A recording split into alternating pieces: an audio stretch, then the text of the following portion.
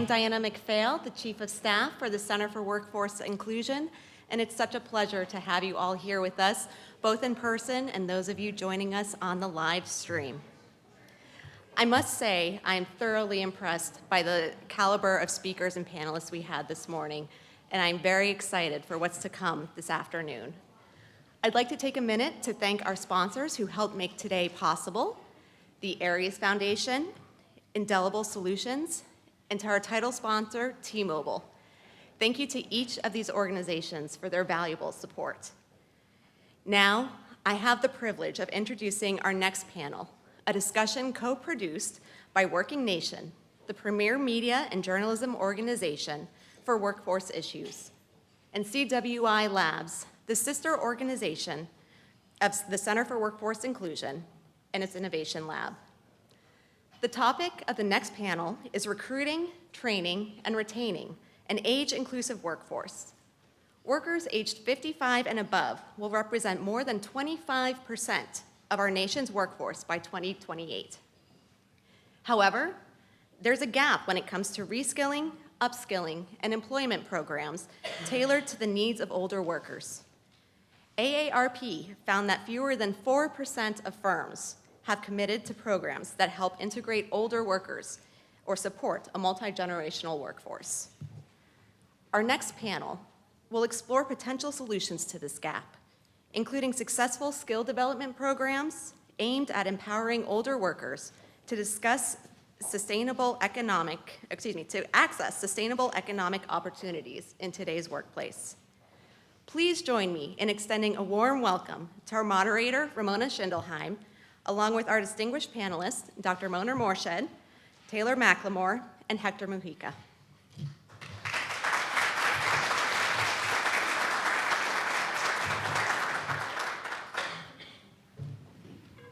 Thank you, everybody. I really appreciate all the people here today and all those people out watching on the live stream, because I think this is a very important topic that many of us in this room or watching are very invested in. But one of the things that we hope to achieve is to get more people to talk about this, because as Diana mentioned, and we heard earlier today, our workforce is getting older. We're living longer, it's getting older, and we want to make sure that they are prepared. So my panelists today have delved into some of this in some of their work and as they work to reskill our population. Right here to my left is Mona Morshed, Generation's global CEO. Taylor McLemore. We have an inside joke. I called him Tyler once before. So Taylor. I'll respond to anything, basically. Yeah, we're just all going to mangle our names today, just so we can. It doesn't matter. Investor who has invested in entrepreneurs of different ages in the tech space, and Hector Mujica, Google.org's head of philanthropy for the Americas. And Hector actually sits on our WorkingNation advisory board, as Mona does. So very proud to have them all here. The first thing I would like them to talk a little bit, before we kind of go into the questions, and say a little bit more about their interest in this area. And I'll just start to my left with Mona. Sure. So delighted to be here. So I lead Generation, which is a global nonprofit that supports adults to achieve economic mobility. And we initially focused on youth, and then in about 2018, 2019, we realized just the massive demand from mid-career and older workers for transitioning career, and so we began serving them as well. Can I just interrupt? Ask mid-career. What do you talk? 45? So age 45 plus. Yeah. But we support learners, well into their 60s and beyond. And then we additionally also engage in global research on how to support mid-career and older workers to transition careers. And we actually just last week launched a new report in partnership with the OECD. And we will jump into that momentarily. Very excited to be here as well. Taylor McLemore. I invest in companies at this intersection of career-connected learning and employer solutions because I believe it is one of the most critical ways to unlock human potential. And I really start there because it's unlocking human potential through work and learning that allows us to talk, at least for us, at Future State, the firm that I've built that is focusing on this, to think about economic mobility, which is absolutely critical. We need more of that. It's in decline.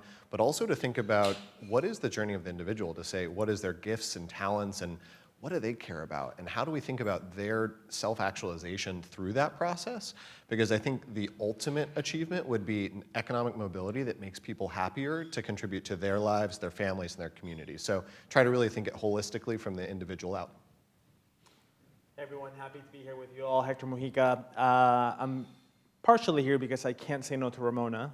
Thank Neither goodness. can any of us. And we appreciate it. I have the privilege of leading Google.org for the Americas, particularly focused on all of our work around economic mobility and opportunity. And at Google.org, when we're thinking about economic opportunity and mobility, we're really thinking about a couple of things. One, we're thinking about education, K-12, K-16. How are we ensuring that this population has equitable access to CS, to digital skills, to ensuring that they're going to be exposed, particularly marginalized populations that lack that access, they're going to be exposed to role models and to the technology that they need to ultimately fill the jobs of tomorrow. Then we also have a body of work, probably the biggest body of work, around how do we ensure that individuals who have either gone through traditional pathways of education, but really looking at what we call STARS, individuals that are skilled through alternate routes, individuals for whom a traditional four-year college education was not the right pathway. How do we ensure that these individuals have an equitable shot at also participating in the digital economy, at gaining the right skills, and at ultimately landing the right jobs that have upward mobility? And then we also have a body of work on the small business side of the house, on the access to capital side of the house, and that, of course, that ties well together with the employment side because these are the employers, these are the folks that are going to ultimately be employing a majority of these folks. And we do this work globally. I look after the work that we get to do across the Americas, US, Canada, and Latin America, and I'm really excited to be diving in with you all. Mona mentioned that generation, and OECD just put out a new report called the Mid-Career Opportunity. And first, I love the title because it is an opportunity, whereas a lot of people are concerned, as we are, that there's not enough attention being paid to that mid-career worker, that older worker. So your report talks about the opportunity, but first I thought it was really interesting that what employers are looking for in terms of trained and upskilling is kind of different than the way the mid-career and older worker sees it. Very much so. So just to put it in context, so we surveyed thousands of mid-career and older workers who successfully switched careers, those who want to switch careers but haven't jumped yet, and those who are unemployed. So from age 45 to age 65. And then we also surveyed thousands of employers across 8 OECD countries, including the US. And here's what we found. So first and foremost, let me just put some numbers to some of the sentiments that we heard during the morning session. So 60% of the potential switchers and those that had successfully transitioned careers said that age was their greatest barrier to switching careers. So even if you made it, 60% still said that age was their biggest barrier. So now, okay, so that puts some numbers on the discussion this morning. But then when we asked employers, so when you look at candidates from all these different age brackets, what would be your likelihood of giving them an interview? By far, the age bracket that is least likely to be interviewed are those who are age 45 plus, and it's even lower when it's age 55 plus. Okay, so then we said, all right, well, why? Right, what is driving this? And then, and again, like we found like plus 40% of employers would say that it's because we think that they will not learn as fast. We feel that they will not be able to adapt to new technology, et cetera. Again, some of the sentiments that were mentioned this morning. But then we asked them, all right, well, of those mid-careers that you happen to have hired in your company today, how are they actually doing on the job? And it turns out that 86% of them are performing as well, if not better, than their younger peers. You're like, okay, that's one juxtaposition. So now we then said, all right, so now let's better understand what is it that you value. And we shared with them 2 mock CVs, if you will. So they have 2 candidates who have nearly identical technical experience, nearly identical competencies in behavioral skills, et cetera. But one of them had 5 years of work experience, and the other had 25 years of work experience. So we did not give age, but you can intuit age. Nearly identical willingness to interview. So what's happening is that the valuing of someone with 5 years and 25 years of experience was nearly the same. So now you get into, now why do we see this? What we found is that employers value much more training that candidates go through than actually mid-careers with regards to work experience. So mid-careers value their past work experience at a much higher level than employers do. Employers value the training that they go through. Now that's at a threshold. Now that's assuming that you have at least 3, 4, 5 years of work experience. So, and then we also found that mid-careers and older workers, they have engaged in less training, job-relevant training, over the last 3 years than their younger peers. So there is a mismatch there. And so those are some of the things that we found. So maybe you guys weigh in on this. I'm curious, do you think employers, and you work with a lot of employers, Hector, do you think they are afraid of the cost? So if somebody young comes in with the training, which they seem to value more, they don't have to train them themselves?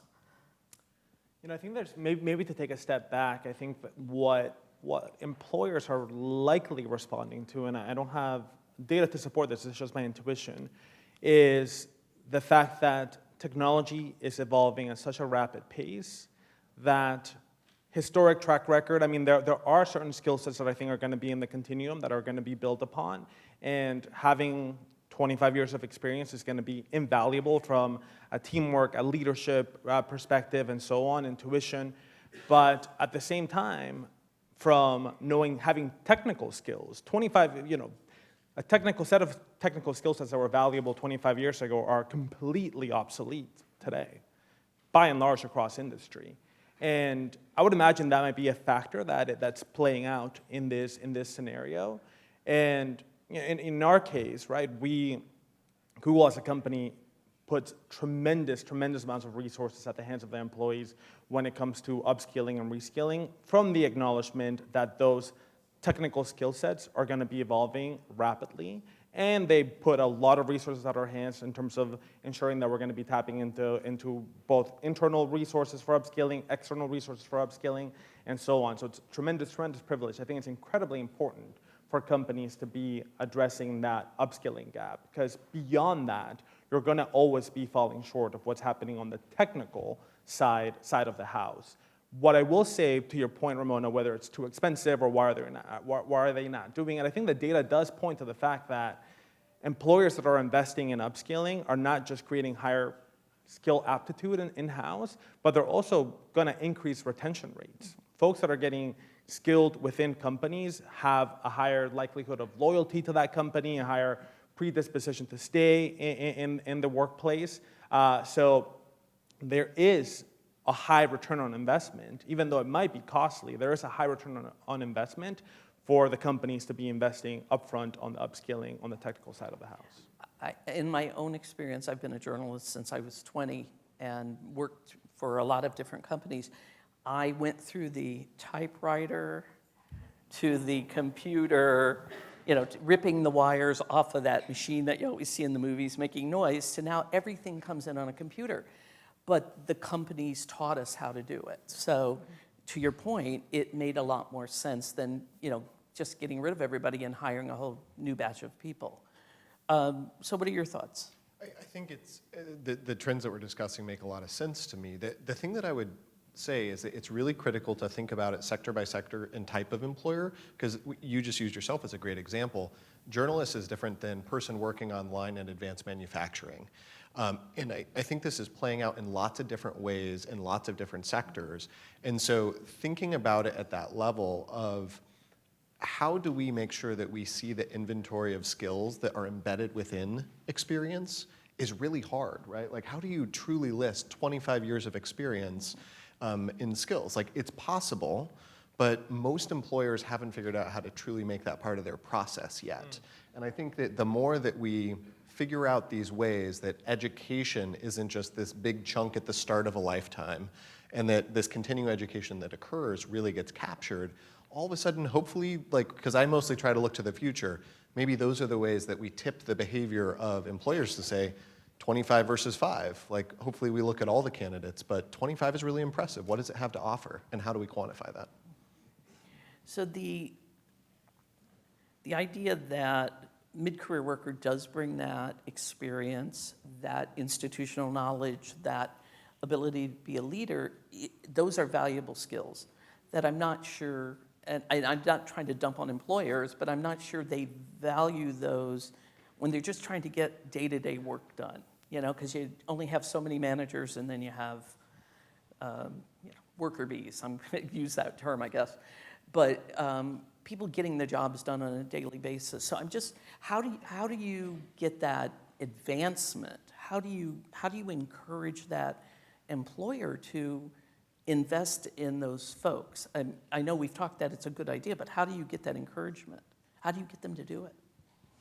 Well, can I just piggyback on something that Taylor just said right now, which is that you do have to look at it sector by sector. So we work across 40 professions, and I will say to you, you know, when it comes to healthcare, green jobs, skilled trades, there is great value that we at least see with our employers with regards to mid-career and older workers. Tech is much more challenging, right? And so we do need to break it down sector by sector and also be very clear about, you know, organizations do things for a reason, right? They don't do something for a camp, they do it for a reason. So unless we peel back what that reason is and what's getting in the way of offering sufficient training, despite the fact that there is such a rapid pace of change, Doctor, I very much agree with you. I mean, I think we're at a point now where the pace of change in the workplace is nearly unprecedented. So to me, this is now much broader than our mid-careers alone. Like if you're an employer, you have to train up everybody to be able to use the volume of tools that are coming forward. So it's how do we make sure that there is an equity in that opportunity and also equal uptake of that opportunity across employees. And if I can build on Mana's point briefly and maybe also slightly challenge it, I hesitate with the premise of placing tech as an independent industry merely from the fact that technology is profusely taking over a majority of industries, whether it be healthcare, where, you know, I was just reading an article last week around the level of automation that is taking place in surgeries. They're just having machines cut you up and fix you up and stitch you up, and with great efficacy, which is just mind-blowing. And, you know, technology is slowly creeping its way into a majority of industries and is playing a larger, more profound role in a majority of industries. And I think we need to embrace this as an opportunity, but also at the same time be ensuring that we're tapping into that wealth of experience and historic knowledge and what that only people can bring, right? And I think we're also likely going to be entering a new paradigm where some of those life skills or leadership skills or workplace skills become much more valuable because those are the ones that machines can't replicate, right? So I think there might be some tendencies there that might be shifting in the not too distant future. Another one, to Taylor's point, being shifting that paradigm of education being confined to just 4 years or a 2-year master's or a doctorate program, and really being a continuum throughout an individual's lifetime. Because, again, technology is going to be evolving so quickly that if we're not addressing education in bite-sized, ongoing manners, people are just going to get left behind. The idea that, I've kind of focused on the employers now, but to your point from your report, the worker themselves, the mid-career person, also puts more value on their experience than the training. Do you think it has anything to do with awareness of what's out there? Because I don't think enough people, we're all doing good work in this room and watching, but I don't think it's something that's emphasized in the media. We were talking about this at lunch, to tell people where those opportunities are. So how does someone who wants that training, who says, I think I do need this, I don't know how to do X in Salesforce or something. I know if I had that, I might be able to get a better job. So how do we get that awareness to the mid-career worker? So I would say two things. I mean, one is that we have to recognize that particularly for mid-career and older workers who did not have who faced many systemic barriers along the way in their life, maybe their education experience was not great. They did not enjoy that classroom experience, right? So to say, training is almost synonymous with going back to school, and who wants that, right? And so we also have to just reformat what we are saying training actually is. It's not this one-year program. It's not like even a three. I mean, it's literally, to your point, it's these bite-sized pieces that can help you to learn how to use specific tools that are going to help you to engage with this next opportunity. Or it could be, a training over a set of weeks or whatever it might be. So that's one part of it. I will say we find, so we have about 100,000 graduates now. It is often harder to recruit mid-career and older applicants until we start using what we call trusted channels, which are organizations that are respected and viewed as credible by mid-career and older workers. And we are also very clear that with our Learners Like Me campaign so that they see people who look like them. I should say people who look like us because I'm now past 50. But anyway, right. So those two things are really important to bring them in. And then we also just have to realize people have daily needs, right? And so the idea of taking time off and doing training when you've got hungry mouths to feed, that's not a happy coexistence. And so we have to be very mindful of any program offering to meet that need too. So building on that point, if you look at education as something that we deliver, it's been mostly shrinking for the past few decades. Big four-year degrees, we're now in this age of micro-credentials for everything. If you go on Credential Engine, there's 1 million+ credentials out there. There's a proliferation, which is good in certain ways, hard in certain ways. But smaller is better, but not just inherently because it's small. It's better because it offers the opportunity for just-in-time integration into work. And so building on Mona's point, the future for this continuous education, training, whatever language we use, that I hope for, is that it almost becomes invisible. It's not, hey, I go work over here and then I get trained over here. It's that they integrate so seamlessly that it's not like I couldn't keep doing my job today because I didn't know how to do the thing. That part of the training that you needed showed up when you needed it so that you could keep being productive, so that you could help your team advance, your company advance, and that honestly you're fulfilled too because you're able to get the job done. And so we are at the earliest innings of that, despite having lots of technology and this atomic unit shrinking. But that integration, to me, is the part where we no longer compartmentalize the concept of education separated from work. Yeah. So Google has a lot of certification programs out there, and I think in 4 main fields right now, you're digital, or have you gone, you've grown? Grown.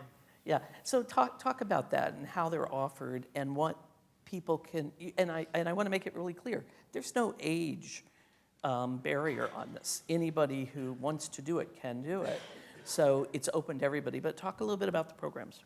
Yeah, and maybe I'll reflect also on the wraparound support point that Mona made. But so Google has, and a lot of companies have put these into the ecosystem now, credentials that are what we call employer-backed credentials, right? In the case of Google, these are in fields that are high demand for a company like Google, but also for many of our peer companies in the ecosystem. And they're training people not just on Google tools, but training them to be job ready and to be applying some of those skills, to your point, Taylor, in the immediacy across IT support, across project management, UX design, cybersecurity, a lot of the jobs and the careers that are quite timely, quite relevant, and growing. That's all been curated and developed with curriculum from in-house. This is the same curriculum that we use to upskill and reskill Google employees and engineering talent within the company. In fact, we use all of our credentials in-house. Everything that we put outside, we were also using internally to train folks. And I think what's probably one of the most special and relevant components with these credentials is how we deliver them. Less so what's in the curriculum itself. It's great curriculum, it's technical, it's excellent, and it's deployed in a thoughtful way, but how we pair it up with the right wraparound supports, I think is what makes all the difference in terms of what populations we're ultimately able to serve.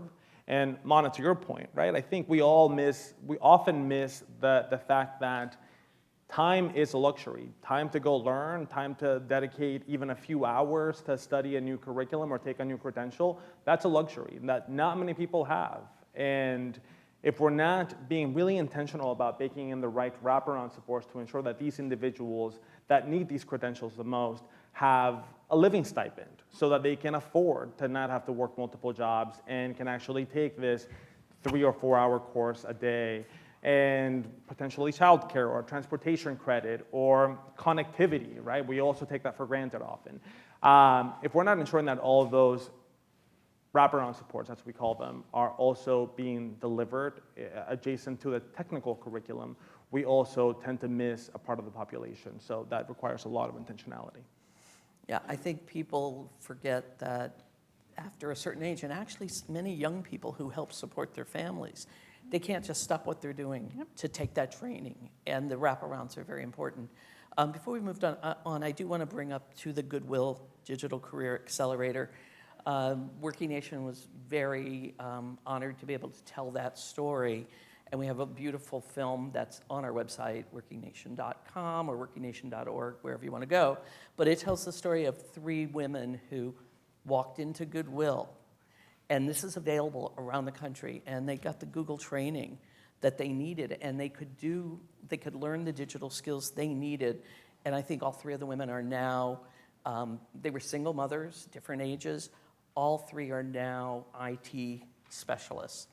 And see, it makes me cry just talking about it. It's a beautiful piece, and I would highly recommend folks check it out. Yeah. It's quite moving and powerful, and it's a testament to the great work that our partners do, like Goodwill and Justice International. They are embedded in community. They are trusted partners, right? And these are folks that have opened their doors, and many of us think of Goodwill as the place where we go leave our clothes that we're no longer wearing, right? But beyond that, they're also the largest workforce training provider in the United States.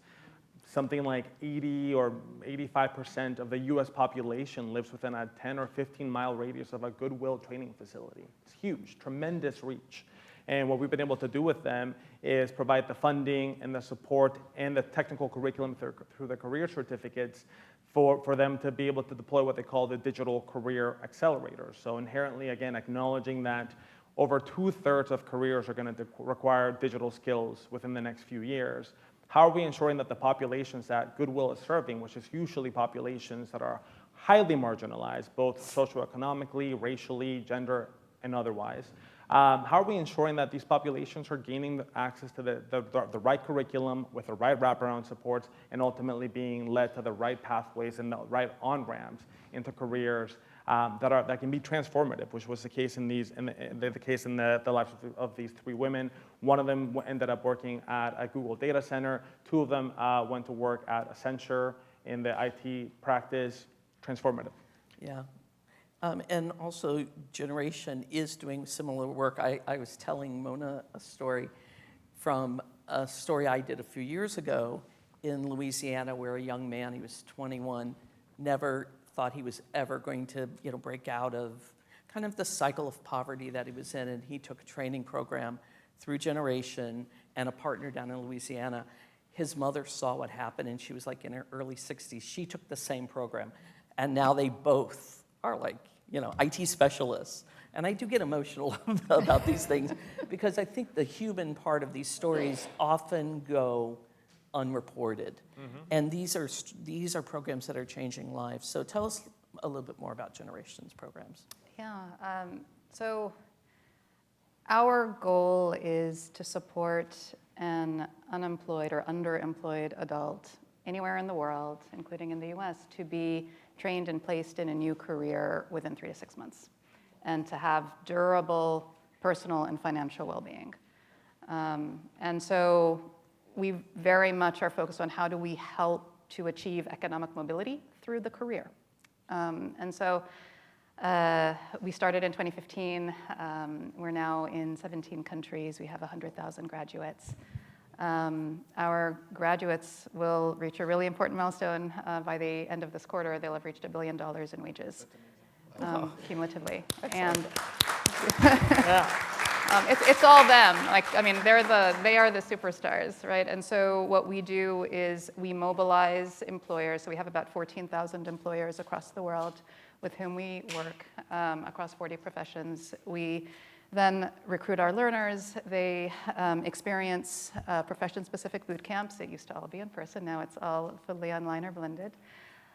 We offer social supports in parallel. And then once they complete the program, they then interview with our employer partners, and we make sure that these are demonstration-based interviews so that they can really show the skills that they have, as opposed to, you're having a traditional conversation over a resume. And then once they're on the job, the mentorship continues, and then we track their progress up to 5 years post-program completion.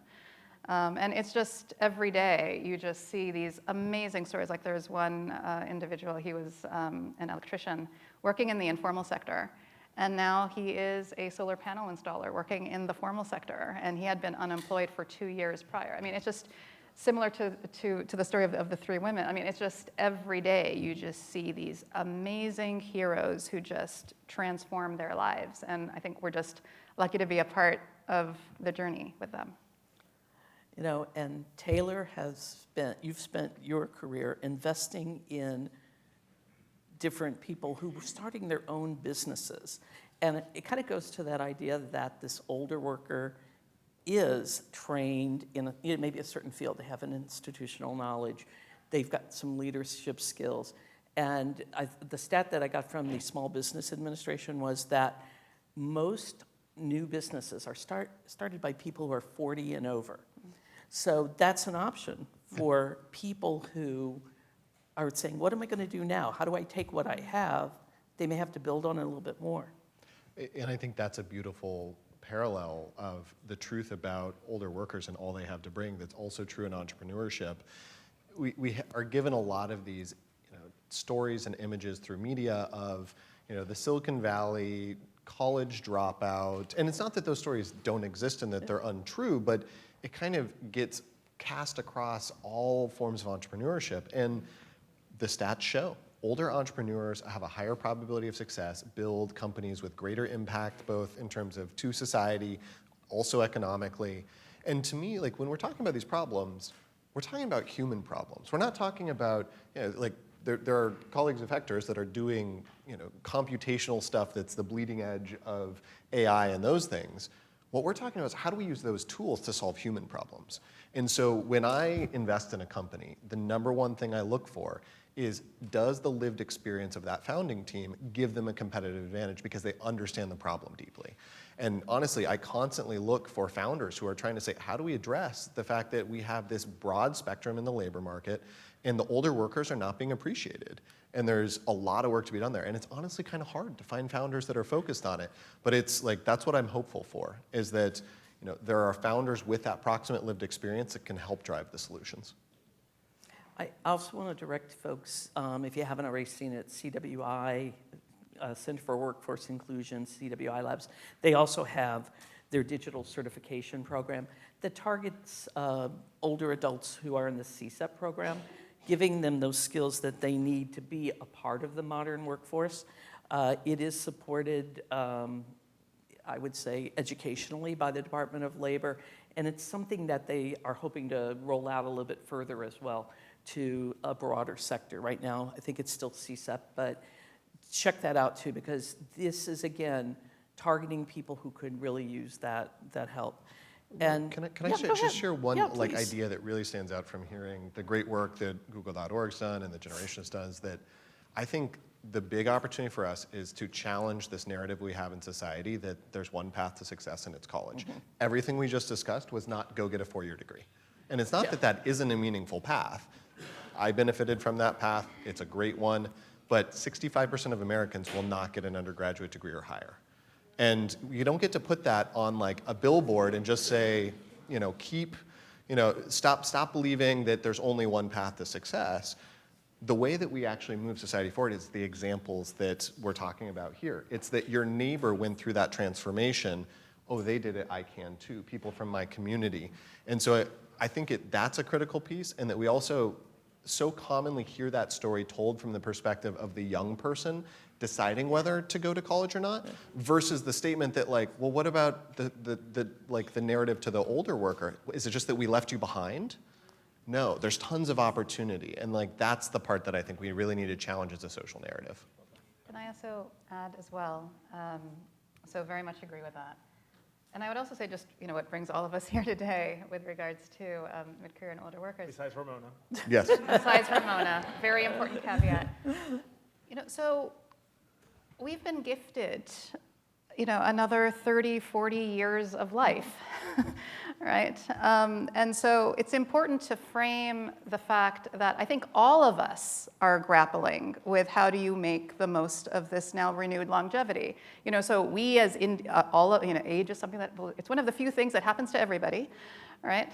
So what does that mean for us individually? I think employers, on the one hand, yes, are there ageist practices? Yes, but I think also they just genuinely are also struggling with, okay, well, what does all this mean? And they haven't necessarily seen the gift quite yet, right? And so I think that we also just need to give each other some grace as we figure this out and to embrace the experimentation, because that is, the only path.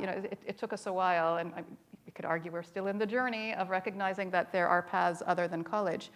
It's going to take us time on this front too, but I would just encourage all of us in whatever part of the quadrant we're in, to be able to trial new things and lobby, advocate, whatever it may be, because it's going to take us probably another 10 to 15 years to figure out how to do this right. The number of programs, somebody had the number earlier, was 10% are targeted to older workers, specifically. So I think, to your point, employers are probably missing out on such an opportunity, because any given month, 9 to 10 million open jobs in this country, and the employers are signaling in many different ways, whether it's through Fed reports or just talking to people on the street. They can't find enough people with those skills. So being able to find that and taking advantage of this group, it's bad business not to. So any employer out there listening, it's bad business if you don't do it. So we have just a few more minutes. I just want your final thoughts on, we've really kind of talked about a lot of this, but what is your final thoughts on what we should be doing here? And how can we get everybody on board? You can start. Happy to start. Yes, Mona is going to start. So I would say to all of us individually, proactively invest in your own training and development, because honestly, learning is the best job security out there right now. That's point one. And then to employers, open the aperture, right? Be very intentional and deliberate and look at how the hiring process is happening and who's getting selected from filter to filter, because that in and of itself will be very illuminating versus the applicant pool. I'll hit the point of, I think, employers, and Mona, you said this well, like we got to give grace. This is hard work. I'm going to borrow a quote from Andy Grove, one of the people that built Intel, which is, what gets measured gets managed. And measuring this stuff is hard. So I think there is a fear of imperfect measurement being criticized. And if we all give a little more grace so the employers can try to measure this, the business cases can be built, the investment will flow. It'll be more clear to the people that are building these new solutions of work and training pathways where to aim and actually hit employer demand at. Because if we don't do that, we risk what I think we've done a lot of for the past few decades, which is building educational bridges to nowhere, and that doesn't work. So we need to open up like a more transparent, safe dialogue for employers to let the market meet them, let the learner to meet them. That's what I really hope for. A theme that I've heard in this conversation that feels really salient right now is reimagining work and learning. And I think just all of us really approaching that with an open mind and trying to bust a lot of the bias that we bring. Myself coming in as someone that has a bachelor's degree, a master's degree, like it takes a little bit of effort for when I'm hiring to try to suspend the judgment of thinking that whoever I'm going to hire for my team needs to also have a similar pathway to mine. It also takes a little bit of effort for me to acknowledge that there's other learning pathways for me to gain skill sets that are valuable beyond a traditional classroom. And I think it's having the humility to acknowledge that, and also the open-mindedness to try to imagine different pathways and different avenues to learning, and different avenues to hiring, and different avenues to work is incredibly important, especially in this moment in time. Going back to kind of the opening sentiment that I had around how quickly technology is evolving today at a way faster pace than it ever has before. And if we're really going to acknowledge and lean into that reality, we also have to acknowledge that, hey, if we look at the Industrial Revolution, we went from a 7-day work week where we were all working in farms and working in agriculture to a 5-day work week. We might be entering a new type of revolution, a new type of technical revolution with AI and what have you, where we're going to likely have to renegotiate what our social contract with the nature of work and the nature of learning looks like. And I would just encourage all of us to have a very open mind as we're entering that process. And I will add, and you used the phrase earlier, skilled through alternative routes. And I proudly say this whenever I am in front of a group. I'm skilled through alternative routes. I went to college, first one in my family, first generation to go to college. I never finished it. I ran out of money. So I went to work, never went back. So I'm a star, as they like to call it, yes. Skilled through alternative routes. And I took that to heart. It's like learning as you go. It's a continuous process. I learned some stuff in college. I learned a lot more on the job and a lot more taking classes or going online and learning things. So we have to open that door because there are people out there who have skills and they're just not being utilized. So I want to thank Hector Mujica from Google, Taylor McLemore from many different companies, including Techstars, and your new one is? Future State, and Mona Merced with Generation. So I just want to thank everybody. Thank you.